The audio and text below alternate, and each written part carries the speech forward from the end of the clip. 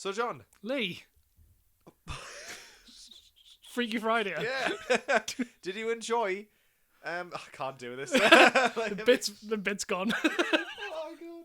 I had such a plan just to do the thematically tie in with what we're talking about today, like body switching, but I could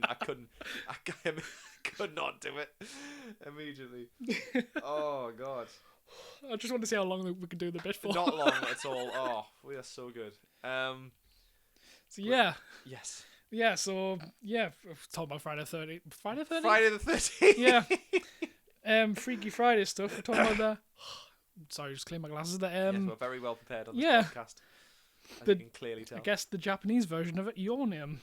Your Name, yes. Which is Kimi No Na Wa. Yeah. Yes, absolutely. Yes, Lee, I'm back in anime. Yes.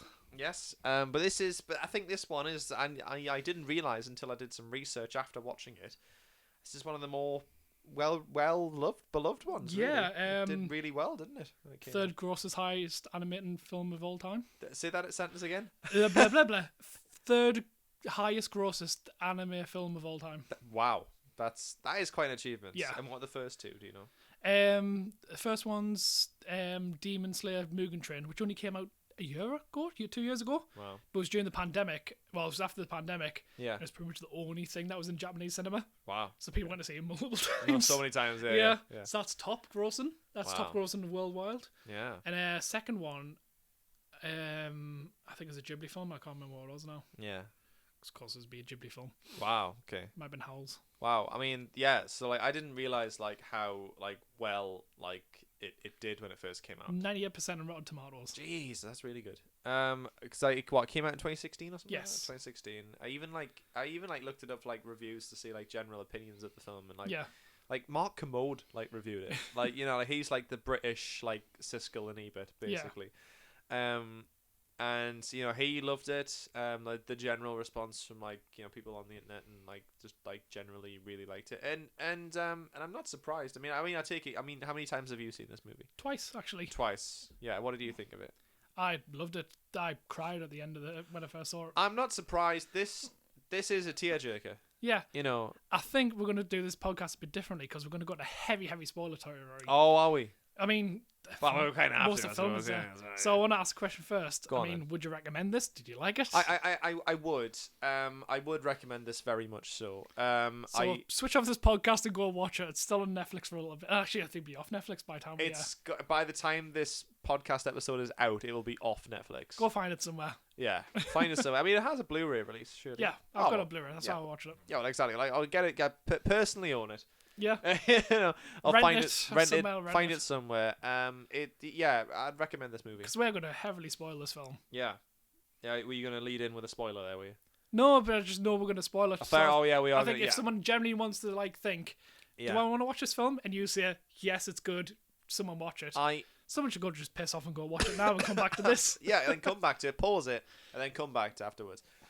So yeah, I did not know what to expect going into it. Yeah. I knew that it was obviously an anime. Yeah. And I knew that obviously I've got my previous experience with anime is thanks to this very show, to be honest with you. All I knew about the film as well, it was kind of Freaky Friday. That's all generally the premise. The premise, that's all I got was that. Yeah, like a body swap movie. Which it kind of is, and it's kind of more than that, really, isn't it? Really, it's when the twist comes in. Yeah. I was like, oh shit. It's a very oh shit. Yeah, it was like I was like, oh shit, and then I was like, hang on, what? And I got very confused at one point. I don't think that's particularly uncommon, because it was because afterwards I had to look up the whole thing about the red thread thing. Yeah. Now, correct me if I'm wrong, because obviously you'll know about this probably more. Go for spoilers now, yeah. Yeah, we're going into spoilers now. That is a proper Japanese thing, isn't it? It's a tradition. Shinto religion, so it's Shinto religion is mostly they have the gods of each area.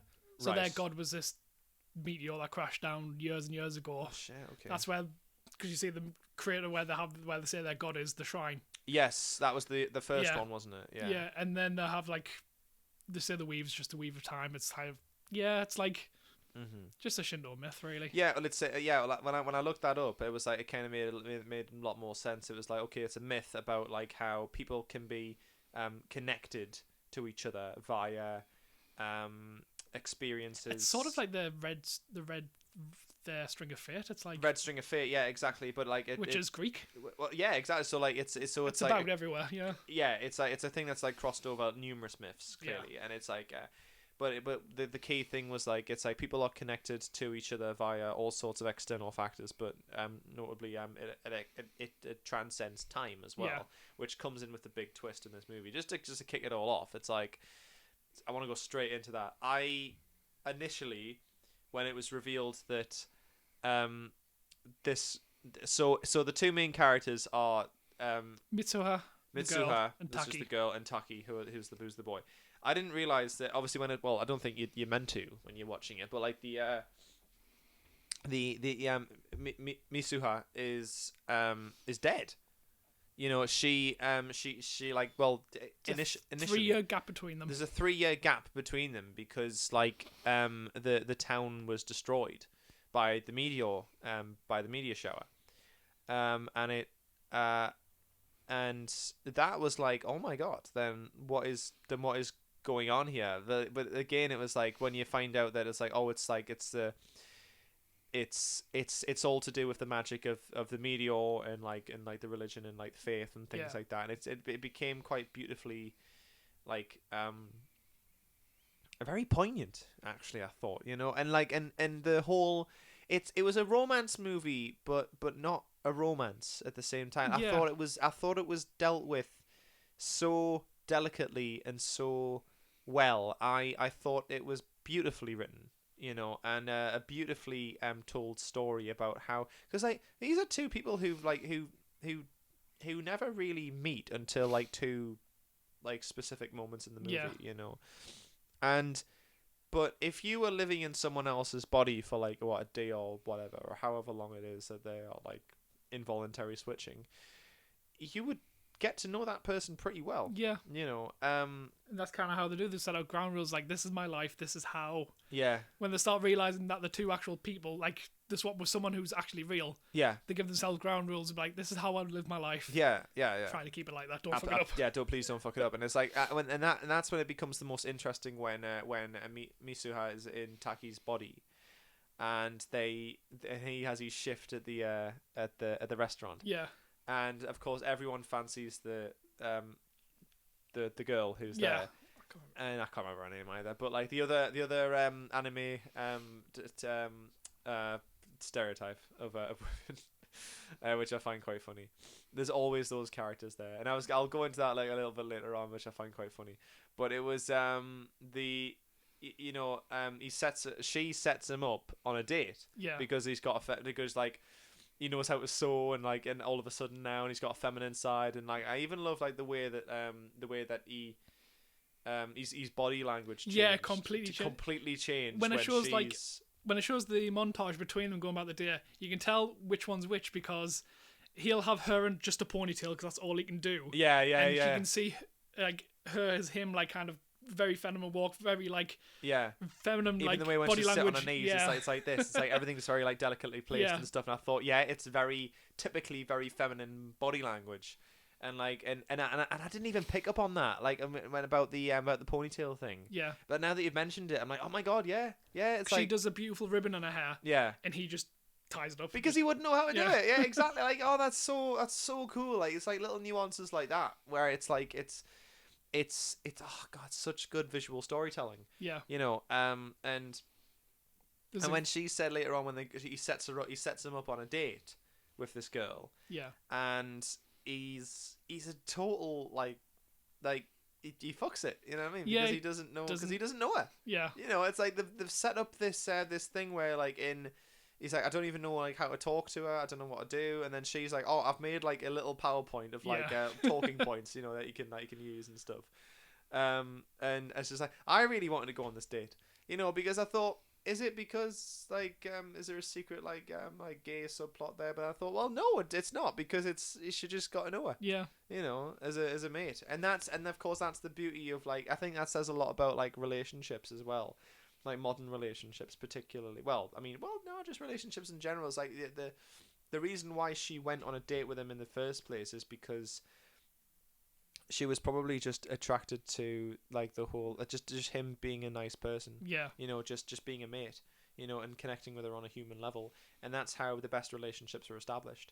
You know what I mean? And it's like, of course, when he comes into that real situation as himself again, it's like he doesn't know what to do because, well, for a start, he doesn't know this girl. He just knows her as, oh, the girl I fancy at work. Yeah. You know what I mean? And he's still trying to like present himself as like oh yeah, I know all about this stuff, and like and it's just like, oh mate, come on, you're a bumbling idiot now, which I found really fun.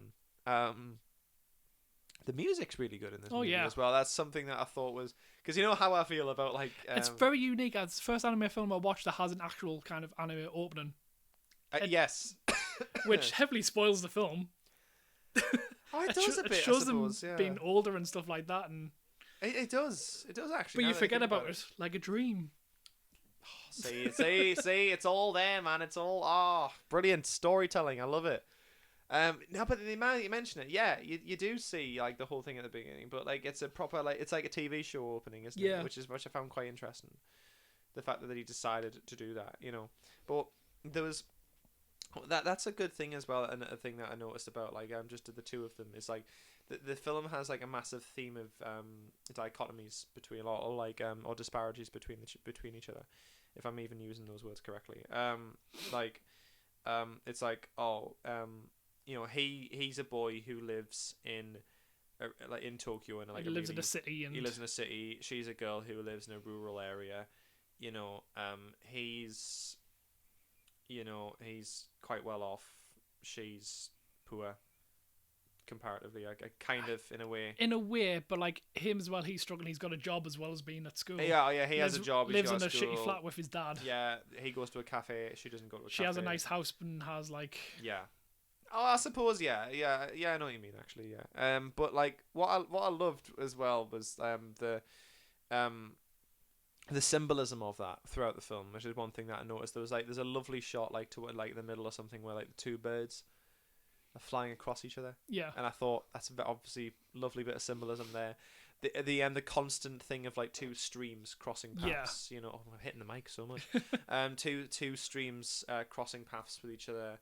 The sky, beautiful animation, by the way. Most of the backdrops were actually pictures I took and then animated over. Yeah, I can believe that so much, because they were so like just lifelike and realistic, and just God, I think this is the first anime that I've watched where don't get me wrong, the tropes that I always find interesting are always still there. Like to be fair, if you're a 7-year-old guy and you wake up in a girl's body, first thing you're gonna do is squeeze your breast. Oh, it's very it's a very sexually charged movie in terms of that sense. That is what I would do.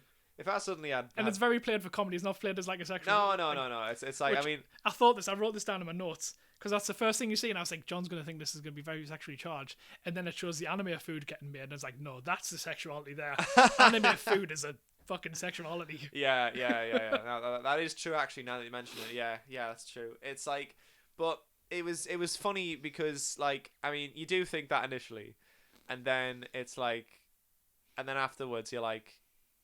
Oh well, if I suddenly was in a woman's body, that's the first thing that I would do. I'd be like, wow, my dick's gone, and now I've got tits. So it's like, and you start, and you would do that, I suppose. You would like because it's the But then later on, when they are when he gets used to being in her body, he's just doing it because it's like it's something to something to hold, I suppose. There's a really subtle thing about this. Later on. Much later when they swapped each other for ages, she starts wearing a bra to bed. Oh, really? Which either means he either goes out without a bra, because how would you know how to tie a bra? Exactly. Or she's sick of him doing that. Yeah. So she's put it on, just so. There's like one scene you see the pajamas down, so you see the bra straps, and it's just like, she's put this on to be like, fucking put a bra. Put a bra on, like, for God's sake, just learn how to put a bra on. But of course, you won't know how to do it. Yeah. So she did. Oh, brilliant. Yeah. Oh God, see the subtle things that I totally. Didn't notice, but that's such good writing. It's so clever. Like the thought, it feels more interwoven, and it feels, and again, it adds to the whole thing of like these two really getting to know each other. You know, they've lived in each other's bodies. There's a few subtle things work. about the year as well. I picked up. So she has an iPhone 5 and he has an iPhone 7. Oh, which right. could just totally play it off. Yeah. But there's a 3-year gap. They're telling you right there that, oh my god, really? Oh shit, I didn't. Oh my god, like, can they? Right, you're just gonna have to tell me all these things that I like did not pick up on. Like a really cool one. There's no date anywhere. There's no. So you don't see the year of the date. So every time they type on the phone, like the diaries and stuff for the date, you don't see the year. So neither of them know which year it is that they're in. Right. Okay. Cause why would you remember the date unless you had to write it every day? True. That is true. Yeah. So you could plausibly get away with it. Yeah. The iPhone thing though, man, that's so clever. And the best one, which is like one of the reveals of the film, when she meets him 3 years to his past, when he doesn't recognize her. She goes to Tokyo to see him because she thinks he's on the date. Oh, then she right. Bumps into him. That's the thing on the train, isn't it? Yeah. Where and then she gives him a hairband. Yeah. Mm-hmm. A hairstring. Yeah. And he doesn't really remember it properly, but he wears it. Yeah. He takes it off every night. So when she wakes up in his body, he doesn't have it on him, so she doesn't recognize it. Right. And then she hangs up her ribbon all the time before that. Yeah. So he doesn't see it because he doesn't tie his hair like her. Ah, right. So the ribbon's always like there when they're like as themselves because it's something that means something to them. Yeah, yeah. But when they're in each other's body, they don't know. They don't know. Yeah, exactly. Oh wow, God, that's so clever. But it's simple things like that. It's really subtle as well. It's subtle, but it's like it means so much, and it's no wonder I didn't pick up on it. Like this is why I was like when I was talking about it in an earlier episode. In an earlier episode, it's visual storytelling, but it's a reason for you to watch it again. Yeah, that's why I sat down and watched it. I was like, right, I'm gonna see.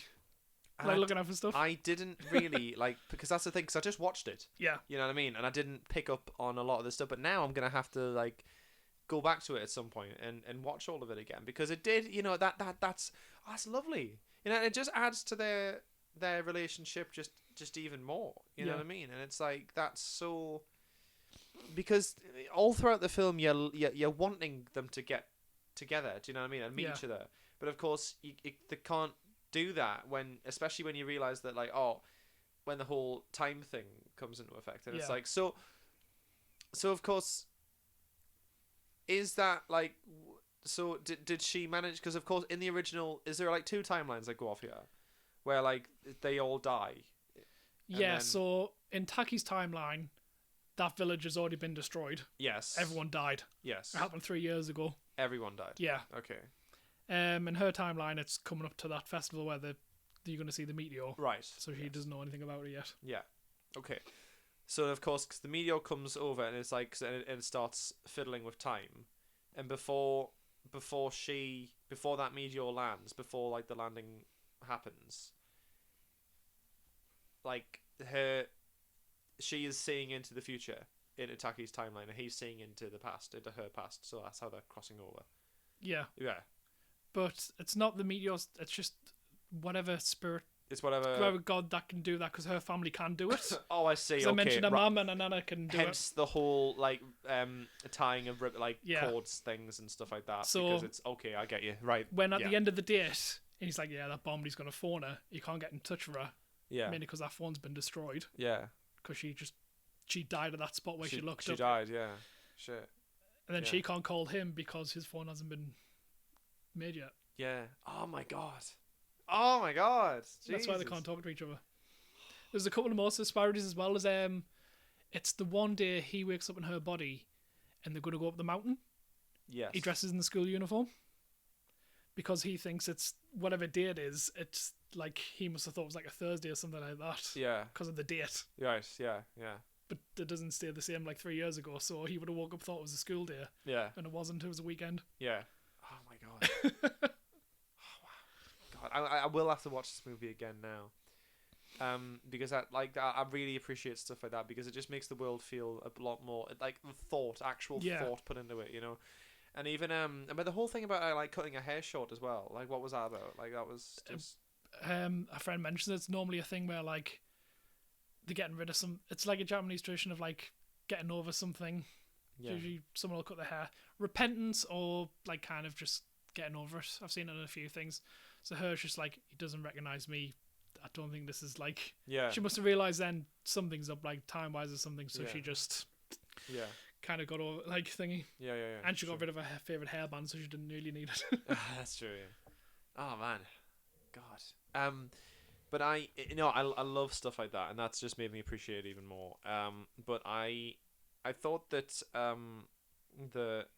when they did eventually meet, I thought that was handled like beautifully, because it's like that moment where she's like, oh my God, like you're real, and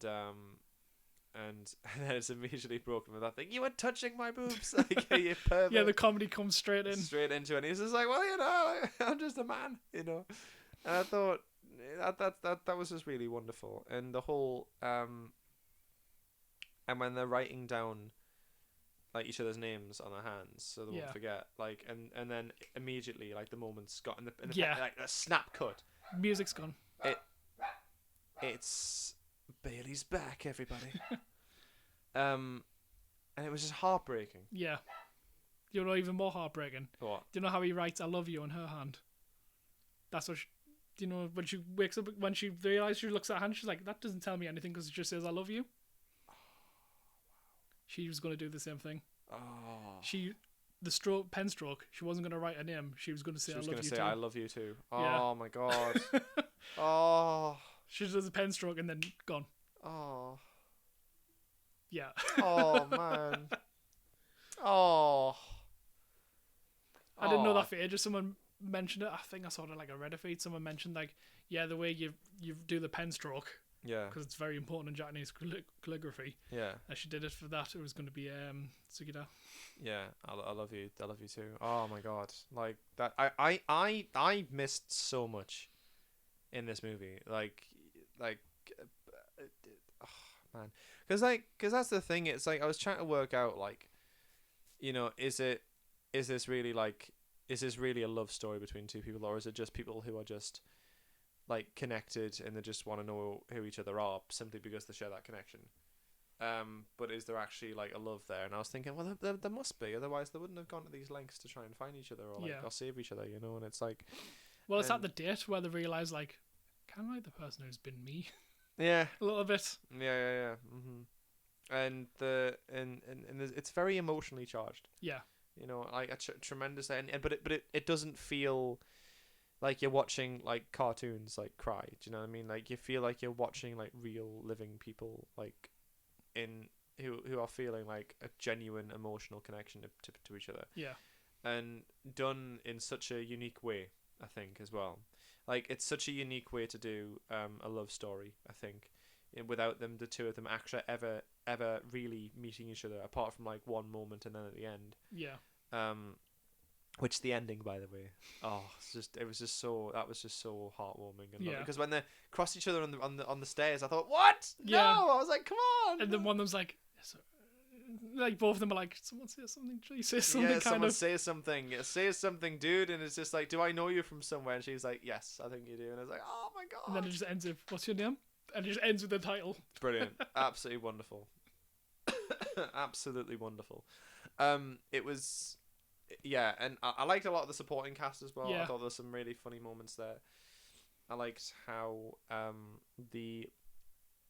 like there was this whole disparity between like authorities between like because like her dad or her dad's the mayor. Her dad is the mayor. Yeah, literally, and Taki's dad is just some dude. Yeah. Do you know what I mean? And it's like there's that whole they both like have different levels of expectation, on them. It's like Taki clearly is expected by, I mean, like the social pressures from his friends and things like that. Like it's like what he goes to like studying architecture or something like that. Yeah, well, his dad says at one point, he's like, if you're gonna be late, you may as well still go to school. Oh yeah, exactly. Like still go to school, like like as I've got like this expectance of you and stuff, and it's like he goes to a cafe because they can afford it. He works at a restaurant because it's a respectable job for someone his age and stuff.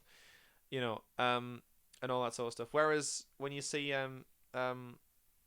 Mitsuha, she's like a lot of her stuff is like, she's coming back from school, or it's like she's with our friends is hanging by a vending machine. Yeah. It's like that's the simple pleasures in life. But like they're doing a lot of the like religious ceremonies and stuff. Yeah. It's like it's all very mystical and rural and stuff like that. So it's a total disparity between like the two, like the difference between the two each other's lives. But it's a wonderful metaphor, I think, for me, the one thing that I got for this entire movie is like love truly knows no boundaries. Yeah. Do you know what I mean? And it's like, and it can conquer literally anything if you believe it. You know what I mean? And it's like there's like that wonderful. I mean, Mark Commode, I think when I was watching his review of it, like he kind of hit the nail on the head. I think for this, he's like, there's kind of like a Shakespearean quality to it. Like there's a like it's very like Romeo and Juliet esque, you know, two literal star-crossed lovers, you know, and it's like, and you know they don't ever have a moment where like they make out or any of that, you know, stuff like that, like physical stuff. It's very much like they are separated by everything, you know, like by time, by metaphysical forces, by you know by their circumstances, their journeys in life, literally everything, and yet they still manage to cross each other's paths, you know, and they still, because, and that's like the purest love of all, really, you know, and it's and it's kind of, it hit a chord, I think, with me. I think it's you know, tremendously exciting as well. Yeah. You know, like the third act like really kicks in, you know, and you know, let's sort of like use that like that love that we've found like to sort of like save everyone's lives. So like so then they rewrite time in a sense. Yeah, it wasn't just I can save her because I love her. Save everyone. I can save everyone. Yeah. Yeah, and they do, and they manage it. It's because he falls in love with the town. You see it a couple of times. He sees the shots and he's like.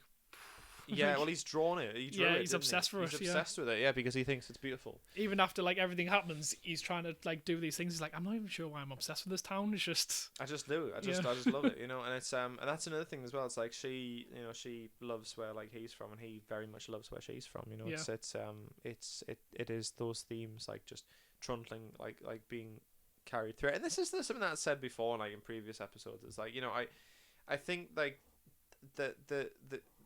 they're very good at telling stories generally, like animes and like the Japanese and things like that. Like I mean, it mightn't be like people's thing in terms of it like being whether it's the animation style or, you know, certain character tropes and things. I mean, like as I was gonna say before, like all of the male like lead figures, like protagonists, are always like, they're always bumbling idiots when it comes to women. Yeah, like they're always like you know, that sort of thing. It's like you know, like that sort of thing. It comes up.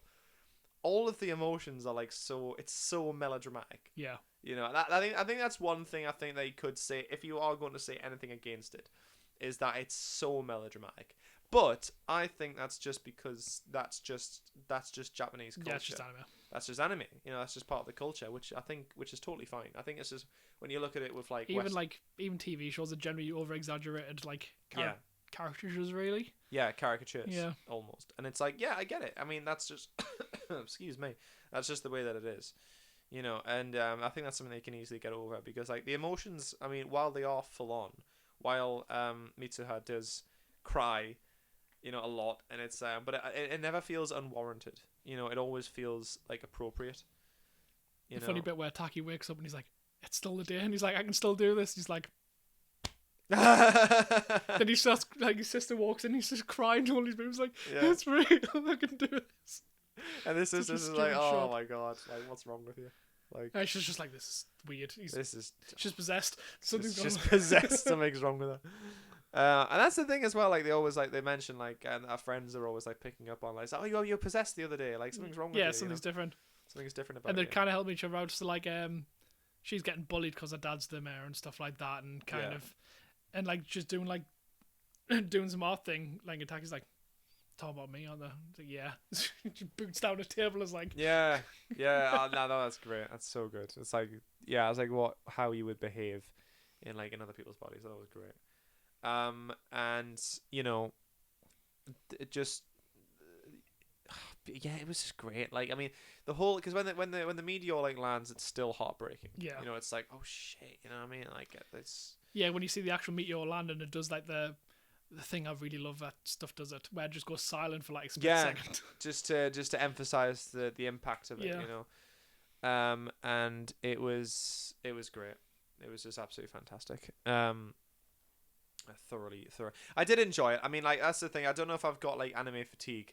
No. Like at the minute, you know what I mean? It's like where it came over and I was like, oh, the tropes are still there, you know, that sort of thing. It's like they're always running as well. Oh yeah. Like there's so much running. Everyone needs to go somewhere. Yeah, like everywhere. Everyone needs to be somewhere. Everyone's always late. There's always like a really like beyond gorgeous woman that like that the main character like is, you know, obsessed with. Well, I like how they've become like proper friends. We're just like, yeah, they became like actual genuine friends, which I thought, yeah, that's a really good little. when he's trying to hunt out the town, she was like, yeah, I'm coming with.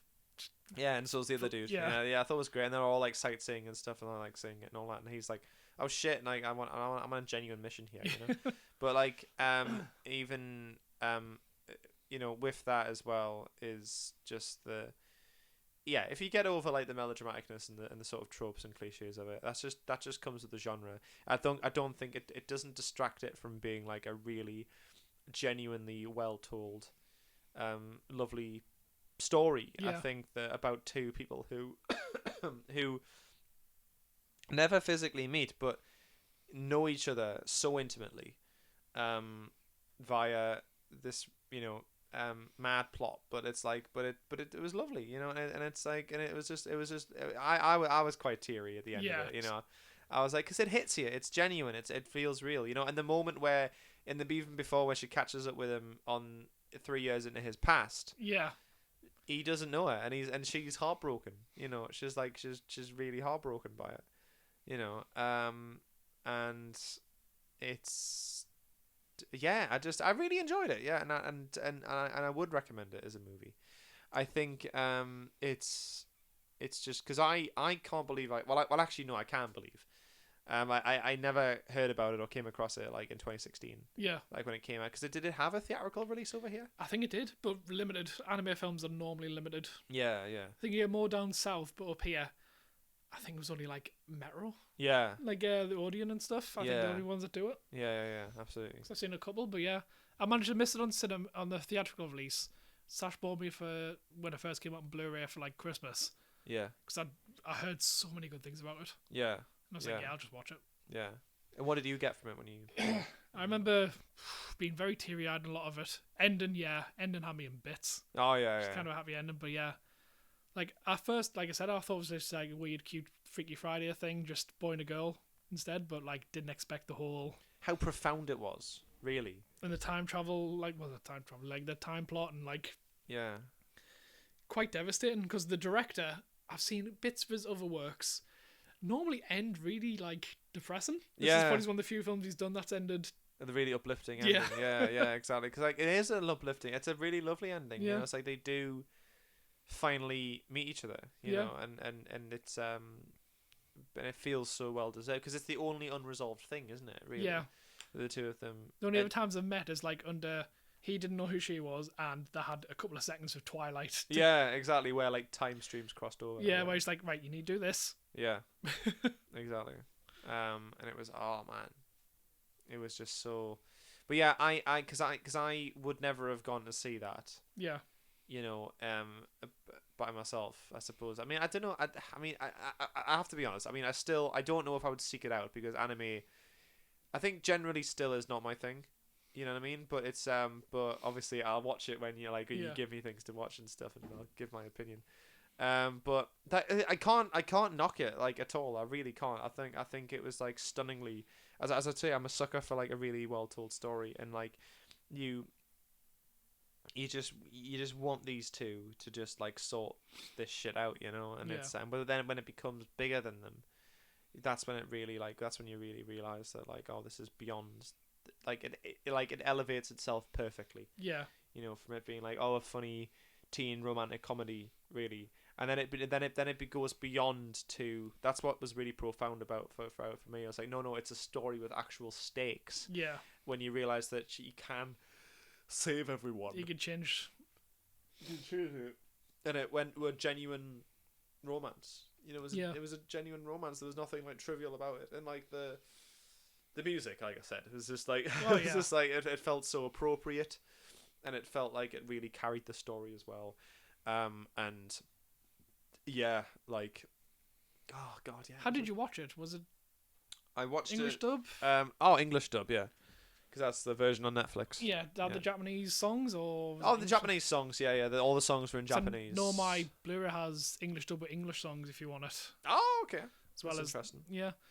But there's one thing I was going to ask you. I was hoping you watched English dub because there's one scene which I don't know how it works in the dub, is when Mitsuha has Taki's body for the first time, and then she's referring to herself, but she refers to herself in the feminine way in Japanese. So she's like watashi, and like if two friends look at her like, huh? And then she says something else like it's still feminine. They're like, huh? Until she goes to Ore, and she's like, oh, like. Yes. I don't know how that worked. Yeah. Well, what was the dialogue? For her, it says like she refers to herself as like I, but I in the feminine way. Right. Then she gets more. She goes from more like feminine formal to up to like masculine, like informal. Oh, okay. And that's cool. when they're not at yeah, her. yeah, sure. Like, sure. yeah, that's what you're supposed to say. I can't remember fully, but I remember that scene being like I think he was going like, oh, I mean, like. It made sense in the moment, but it wasn't like it wasn't in terms of like must have written something they wrote something into it to make it make sense, but I can't remember what it was. It was like she it's like oh yeah, she loved it. I mean yeah, do you whatever, like, but it made sense. Yeah, it made sense. I'm sure it did, but it was a very strange. Or maybe it didn't make sense. Maybe that's why they were going like, oh, no. But I don't know. I don't know. But like, it made sense at the time. But that's really interesting, that because if you forget, don't you, in different languages that have like feminine and like masculine like pronouns and things like that. Especially in like French. They're not really using Japan that much, but I think they use it for the bit there. It's mostly more formal to informal. Right. Okay. That's interesting. But no.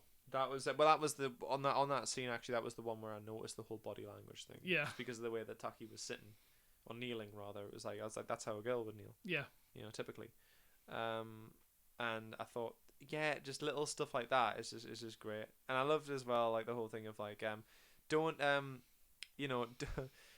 don't spend all my money in a cafe for God's sake. You know what I mean? It's like, but I've never been to a cafe before. It's great. And it's like you need the nutrients too. You do too much. yeah. I love that. That's great. That's so good. But it's been taken off Netflix now. Yeah, it's going to be. I'm surprised that I managed to get it so like spot on because at the time of recording, like it's still on Netflix, but it won't be on at the time of this release. It's a shame Netflix is getting rid of all the good stuff.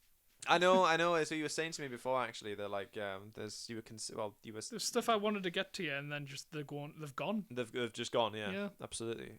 Which is a shame. I mean, I still don't know why that happens. Is it just because they lose the rights? Or it might be the license, or they might only have a certain limit of how much they can put on, and just need to rotate. Yeah. Well, true. I suppose. I mean, there is that rotation thing. I guess. True. This is still the rights, and like, alright, we'll take it off for a bit. Maybe people more demand it, and we'll put it back on. And put it back on again. Yeah. It's like, because I always like say on that thing, it's like, unfortunately, because Life on Mars is gone. Yeah. It's been taken off Netflix, and so is Ashes to Ashes. I'm so gutted about that because I was going to watch it again, but I'm glad it has been taken off because I'll just get in this cycle of just watching stuff that I've already watched. Yeah. You know what I mean? Like recently, I just finished my third watch through of Breaking Bad. Fair enough. You know what I mean? But it's so good though. But it's excellent. And I noticed some things that I didn't notice the first 2 times I watched. You know what I mean? Like that show is visual storytelling to a T. I still need to watch it probably. Yeah. It's been on a list for a while. Tremendously. I can't recommend it enough. It's easily the best television program of the past 10, 20 years. Tremendous. Absolutely tremendous. I can't highlight it enough. But there's so many other things that, like, obviously that I'll have to like watch and things like that. But so what about this guy's other work? Like, what typically has he done? 5 centimeters per second. I only ever seen the ending. It was quite because it was getting shown at a con one time. Yeah. And I managed to sit down in the last 5 minutes, which is if I remember the plot, it's like a guy and a girl meet, and it's through like their love of like film and stuff that they meet, because it's called 5 centimeters per second, which is the film reel. Yeah. But I know that ends on them like just split, like going off different ways. Yeah. And a couple of other things that I looked at when I looked at his like Wikipedia page and stuff for notes, it was like saying, yeah, this is probably the most uplifting film that he's done. I was like, all right. Christ, okay. Uplifting film, it still pulls your heart out a couple of times. Yeah. Well, Your Name is quite uplifting. Yeah, but it still pulls your heart out a couple of times. It does. You said you were confused a bit, or we just talked about that didn't get us confused. I was confused about the whole time thing. Yeah. Like, but that was just an initial. That's what I was confused about. Like, I was like, okay, okay, right, that's an interesting twist. How does that work? You know, but then later on, it kind of became like evident of like how it was working, and so I wasn't that confused like later on, especially when like when you make connections in your head about like how she doesn't recognize him. No, he doesn't recognize her. Sorry, on the train. Yeah. And at the time I was like, what? But then I realized, like, as we were talking there, I was like, oh my god, of course, yeah, it makes total sense. It's again when he's talking to the girl when they're in the hotel, and he's just like talking about these bracelets. Like, yeah, someone gave me this a long time ago, and they're talking about stuff. I can't remember who it was, and it was her who gave it. It was her. Yeah, absolutely. Had seemingly no plot relevance till like later, much later on. Yeah, and it's like that's the thing about it. It's like you've got to really like pay attention to the little nuances and because it's telling you it all right there. Yeah. You know, and I thought like it just makes me like at some point I will have to watch it again with like knowledge of all this stuff and like just see how it and really pay attention to it and like just see how it flows together. Because I don't think I fully appreciated on a first. I mean, I knew what it was getting at and I knew like what it was. I think the bits that intend to land really. Must admit, it was good watching again on a second. Stuff. It was a really good watch. So I feel like if I was to watch it again, like I feel like it'd be a lot more rewarding. But yeah, this is how to do like a modern love story, man. You know, because I think a lot of times people talk about like how to do like a love story. Like I'm not even sure like I would be able to like know fully how to write a love story. Do you know what I mean? But this is like one of the most creative and effective ways of doing it. I think like it just perfectly encapsulates like why these people would like love each other. Do you know what I mean? Because like they're so connected to each other's lives, and they haven't even met. You know, and it's like they don't even know each other's names. Yeah. You know, and it's like, good lord, it's because every time they wake up from a dream, it's like, oh, I forgot the name. Like you do in a dream, you'll forget. Yeah, of course. If you try to remember, you forget. Yeah, and the more you try to remember. Which I loved when he finds out like the whole world's been destroyed and like her whole world's been destroyed, really. Yeah. And he's looking through his phone. He's like, "Come on, I've got diaries. I know this, and they just go because like it's like trying to remember a dream. Yeah, exactly, and it all goes because that's the thing, as I was saying there. Like the more you try to remember a dream, the less you remember it. You know, and I just think that's so profound. You know, it was just so profound. You know, and like I mean, yeah, I wouldn't even know how to like really like start like know how to write a love story, but I mean, I know how to. I mean, we've done like a film which we will be starting the edit for. Yeah. Very soon, The Florist, which is a film that we will be doing a director's cut of, which I'm very excited about. I mean, that's like the story about between like love, but like an innocent kind of love, like between family members and stuff, which I feel like is a. You know, which was an alternative thing to write about and do, you know, and hopefully we pulled it off. I think we did, you know, we managed to. But like with all of your work, you're going to be very critical of it. Oh yeah, always, you know. So, but that being said, it's like this is like it, you know, really doing it well. So like if people were ever to write like a proper, really effective love story, it's like this is one of the films that you should undoubtedly watch. Yeah, you know. But yeah, that's, you know. It was supposed to get an adaptation to live action. Really? Yeah, because, you know, animated films don't get enough. People don't like animated films, so no one's going to watch it. Yeah. J.J. Abrams had the rights to it. Really? Yeah, they were going to do a Western version of it, which I don't know how that would work. A Western? Yeah, like, no, Western isn't Western, like, as Western as just America. Oh, as in over here. Yeah. Right? I thought no, as in Western as in a Western. I thought you meant like literal a cowboy interpreter. I was thinking, how the... Yeah, what? He got the rights to it to do a live action. Then he dropped out. They got another director, which I didn't write down the name for. And then they dropped out. And then COVID happened, so it's been in hell for ages. It's been in development hell for a while. Which has been nice because I don't think it deserves a live adaptation. It wouldn't be the same. It wouldn't work. Like, you've got this whole like kind of Shinto religion kind of in the background of it. It's still an important part, even though it's a little bit. Like, it's embedded in Japanese mythology. So how would you do that? There's going to be some Amish girl who fucking... Oh, God. Like, sick of that shit. Like, or rather, it would be, like, be a Western thing, but it would have, like, be... Like, one of them would be, like, in the weeb stuff, wouldn't it? You know what I mean? Like, that's what it would be. Yeah. You know, it would be the Manic Pixie Dream Girl, which we talked about in Scott Pilgrim. But, like, that's what it would be, you know? And it just wouldn't work, you know? But I'm glad that's... Well, it might still happen. Yeah. Because it earned a lot of money, and it was very, very successful. It's very popular. Very popular, still. I mean, like, even my girlfriend had heard of it, you know what I mean? Yeah. Like, she's not into weeb Japanese, like, anime stuff at all. It's the third highest grossing, like, anime film, which is good for only been a couple of years. Yeah, absolutely. Which is, I know, considering that, like, they don't get that wider release, or like attention from like Western media and things like that. It's getting more and more, which is good. Yeah, we're getting more integrated. Yeah, that's good. But the more Seijos along the way, you know, and all that. Oh, I love Seijo. Yeah, I know. It's it's so great good. Restaurant. Sorry. But yeah, great restaurant. Oh, so good. But yeah, it's nice that anime has become more. I was talking about this. I know a friend of mine. They're at college and they're doing a thing for like sociology and stuff like that. Yeah. Or something like that. It was a big question. I was talking about like anime and stuff like that. I said like, what's good about it? And I was like, for the past 10 years, it's been so much easier to get into this stuff. Yeah. It's like I used to watch 3-parters on like YouTube or fucking DirectX video. I can't remember what it was called. Yeah. Which I had a third of it, and then you get to a point where it's like, oh, you've watched your so many hours, you'll have to wait until you watch more. Oh yeah. And that's how I used to watch anime back in the day. Jesus Christ, that's extreme. And now you can, for the most part, find most of it streaming. Like Crunchyroll and Funimation stuff have their own. Oh yeah. Streaming you can find it. Netflix have got quite a big chunk. I was gonna say Netflix. There's loads on Netflix. Yeah. Like, you know, like My Hero Academia. I feel like, for example. Like I might try and like pick back up on that, you know, like just to see Best Jeanist. Yeah, Best Jeanist, best guy. He's the best guy. I thought, what a great idea for a superhero.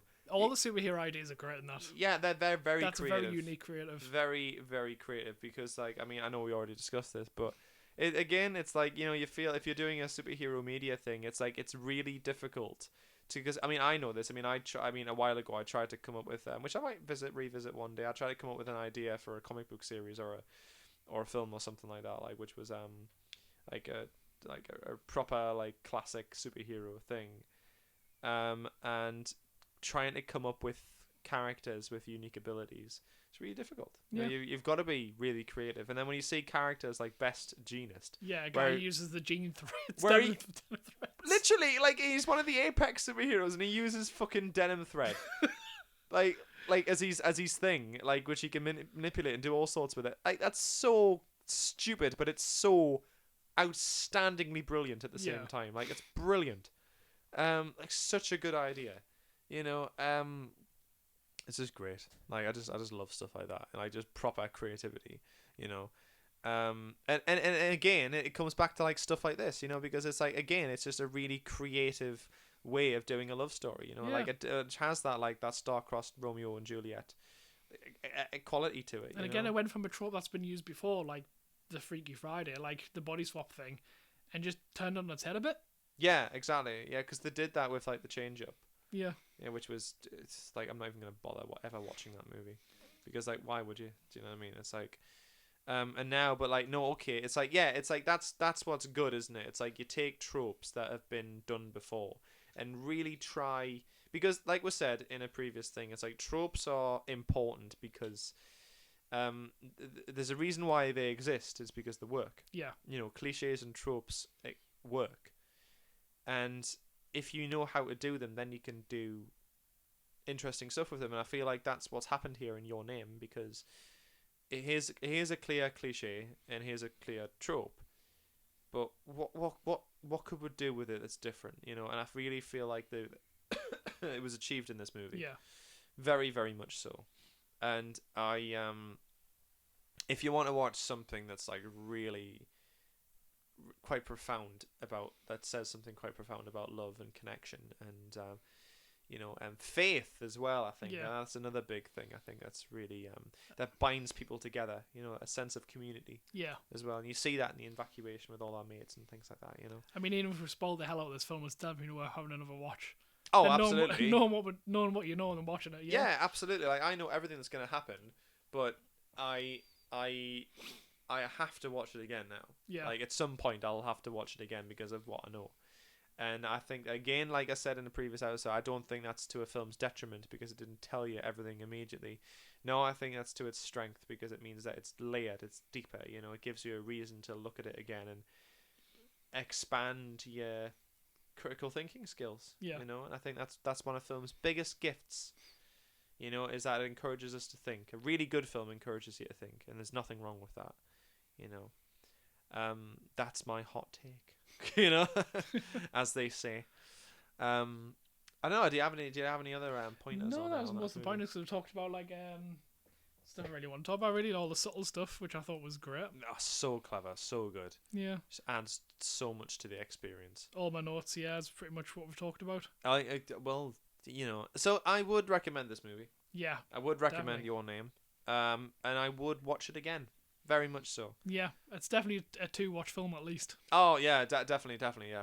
Especially all the stuff I've told you, and you're like, what? I had no idea. Like literally, like that went so over my head because like literally, I was just watching it. Like and I think you do that. You just first time you watch a film, you watch it to enjoy. You don't analyze it. Yeah. You don't do all that stuff. I mean, unless you pick up on it by accident. Yeah. Then but no, tremendous, absolutely tremendous. Very good. Yep. What have you got for me next time, Lee? Well, we talked about it before. Oh, we did, didn't we? Yeah. As it was. So yeah, I'm hoping you'll enjoy it. Stranger Things. Stranger Things. Finally. Yeah. Finally. I need to have a recap on it as well, so at least we can both watch it. I've never seen Stranger Things, and I've been meaning to watch it for years. Good as time as any. Yes, because season 4 is coming out, isn't it? Season 4 will be at least half out by the time this is out, I think. I know they're releasing half of it about the day after we're recording this. Yeah.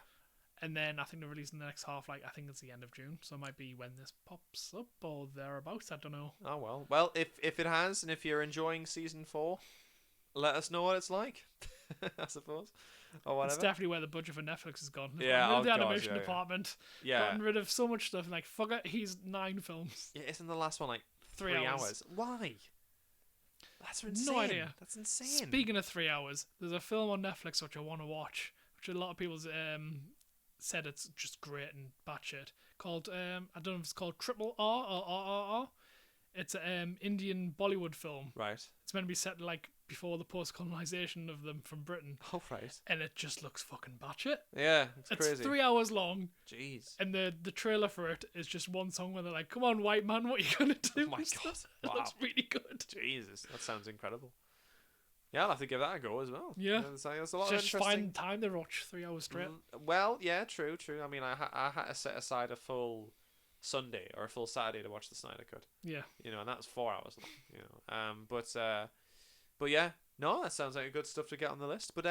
So season 1 of Stranger Things. Yeah. See how far it goes. Incredible. See how far we do it. Yeah. Cracking. Yeah, we're not going to do that bit of swapping bodies again, though. No.